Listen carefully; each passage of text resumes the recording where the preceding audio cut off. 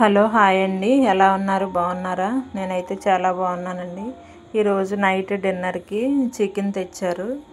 అది కొంచెం liver and ఇవి కూడా ఉన్నాయి, కలిపి తీసుకొచ్చారు.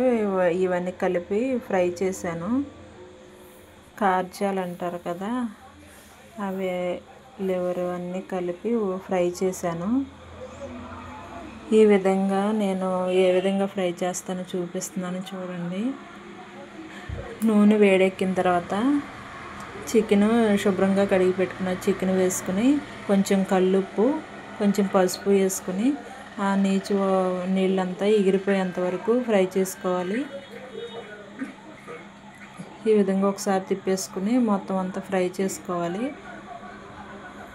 ఆ వాటర్ అంతా పోతేనే కొంచెం బాగుంటుంది. ఇట్లా పోయిన తర్వాత ఇదిగోండి ఈ విధంగా ఫ్రై అయింది.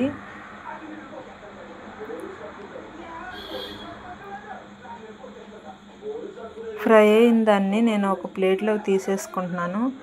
అదే ప్యాన్లో ఆనియన్స్ కూడా ఫ్రై చేసేసుకుంటే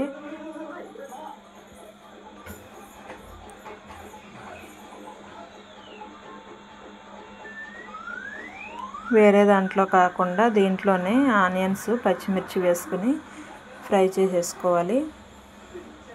ఫస్టే మనం ఆనియన్స్ వేసుకుని అవి ఫ్రై అయిన తర్వాత చికెన్ వేసుకుంటే ఇవి మాడిపోతాయండి. కొంతమంది కొంచెం ఫ్రై అయిన తర్వాత ఆ చికెన్లో వేస్తారు. ఒకసారి ఈ విధంగా ట్రై చేసి చూడండి, చాలా బాగుంటుంది. అసలు ఫస్టే మనం ఆ వాటర్ అంతా ఎగిరిపోయిన దాకా ఉడకబెట్టుకున్నాం కదా చికెను, చాలా టేస్ట్గా ఉంటుంది. ఇదిగోండి ఆనియన్స్ వేగిన తర్వాత కొంచెం అల్లం వెల్లుల్లి పేస్ట్ వేస్తున్నాను. అది కూడా ఫ్రై అయిన తర్వాత ఈ చికెన్ వేసేసుకుని కారం, ఇందాకడే మనం ఉప్పు కల్లుప్పు వేసుకున్నాం కాబట్టి సరిపోతుంది. నేను ఇప్పుడు కారం ఒకటే వేసుకుంటున్నాను. కారం ఒకటి వేసుకుని కొంచెం సేపు ఫ్రై చేసుకుంటే అయిపోయినట్టే. ఇంకా చికెన్ ఫ్రై ఎంతో ఈజీగా ఎంతో టేస్ట్గా ఉండి చికెన్ ఫ్రై రెడీ అయిపోయిందండి. వీడియో చూశారు కదా, ఒకసారి ఈ విధంగా ట్రై చేసి చూడండి, చాలా బాగుంటుంది. ఫ్రై అయితే సింపుల్గా కూడా అయిపోతుంది. లాస్ట్గా ఇంకా మసాలా వేసుకుని కొంచెం కొత్తిమీర వేసుకున్నాను, అయిపోయింది. వీడియో నచ్చితే లైక్ చేయండి ఫ్రెండ్స్, షేర్ చేయండి.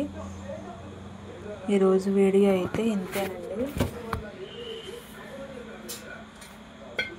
ఎలా ఉందో కామెంట్ సెక్షన్లో కామెంట్ చేయండి. Bye friends.